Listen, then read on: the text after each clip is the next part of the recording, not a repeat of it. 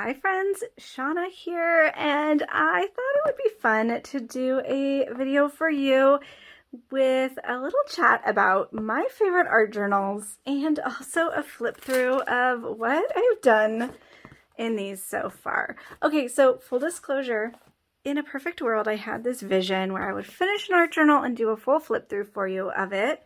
However, I work in a few books, and also I don't art journal often enough that I was getting to the end of this book. This book has been mine for more than a year and I still haven't filled it.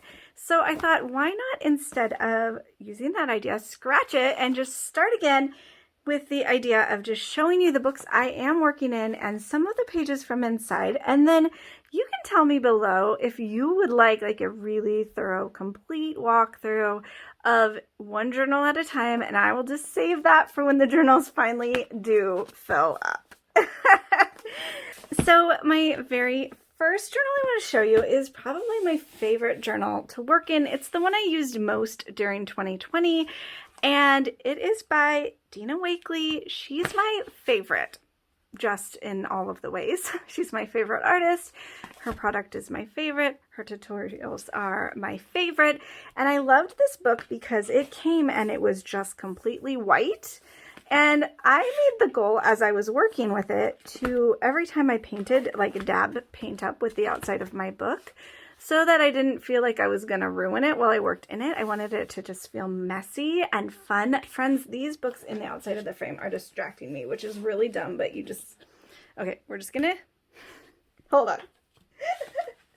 So while we're talking about Dina Wakley journals, actually, let me just show you. This one is my favorite right now.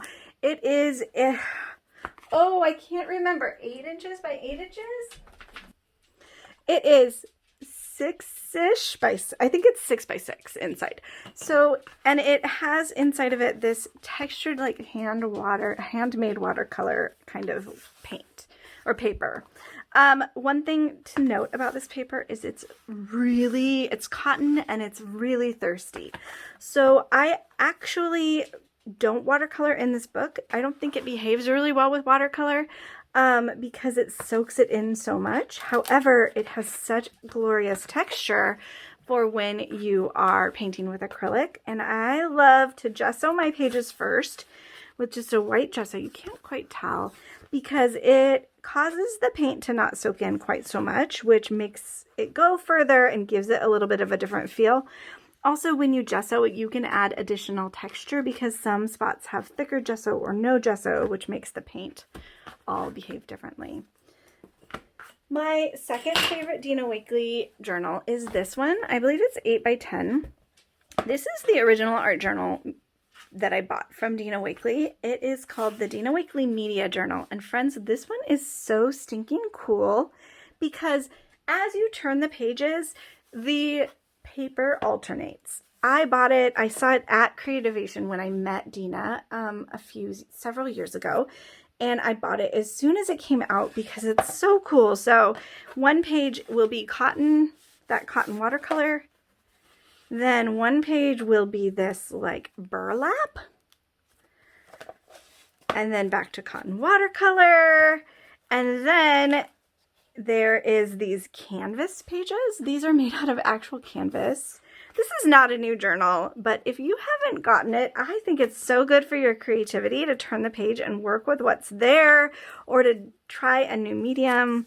I wanted to show you one more type of page if I can find it. Right here, there's also this really thick, rich craft paper. When I work in this journal, I have to stretch my creativity in a different way, and I just love that about it. Paint behaves really different, on top of burlap, than it does on top of water, like this cotton watercolory paper. Oh, look, I found stickers in here. So I'll show you a few more pages in a minute in there, but that leads me to this next journal.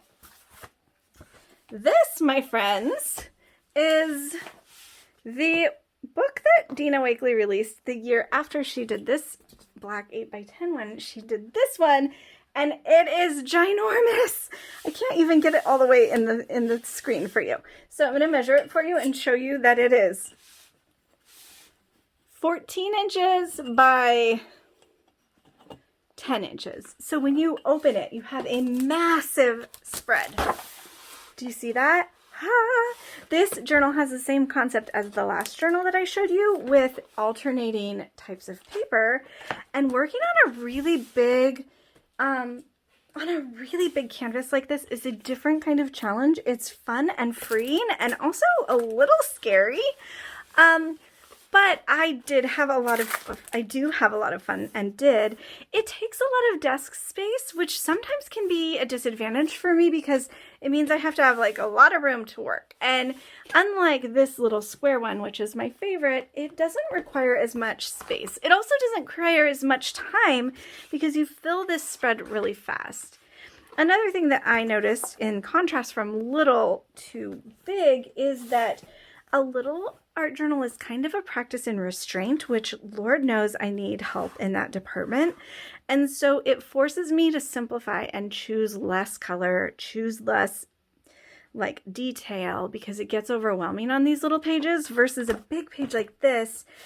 It's like more is more because there's so much space. So this is that big media journal. All these products, friends, I will have linked below, so don't you worry, but this one is really fun. When it is full, it is going to be pretty remarkable because it is just so big. It's pretty fun. The final book I wanted to show you, I just bought, and I'm already in love with it. I bought it at the very beginning of 2021, and it is called the Strathmore, I think 500. Like I said, I'll link it below. And it has this beautiful, thick watercolor paper. So I've only done 2 pages in it because it's brand new to me, but there's a few things that I'm loving about this book. One thing to note, the cover pages are actually thinner than the watercolor pages, so note how this got like a little distorted. That's because the pages on the interior are just so thick. I think in a perfect world, this is my ideal canvas size. I decided it after I opened it up. It's like almost a square, and it is very, it's small enough to handle. You could hold it on your lap, you know, but also it's a little bigger.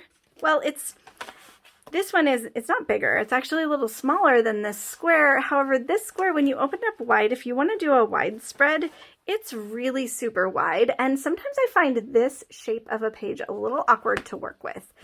This shape of a wide spread like comes more naturally to me, maybe back from my days of being a scrapbooker, that 12 by 12 square ratio. And this feels like reminiscent of that when you open it wide.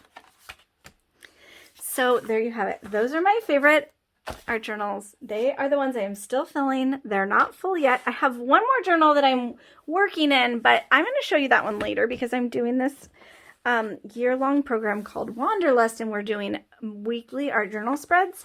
And so at the end of the year, that will be a flip through I can show you. So now all I'm going to do is I'm just going to go ahead and give you a little flip through. We'll speed it up and turn on some music, and you can enjoy what you see. And then hopefully you'll feel inspired to pick up your own art journal and do some creating, because friends, there's something so enriching about seeing your work in a book all bound together. This, more than anything else, makes me feel like a creative artist, and it makes me feel like I'm really living my best life. All right.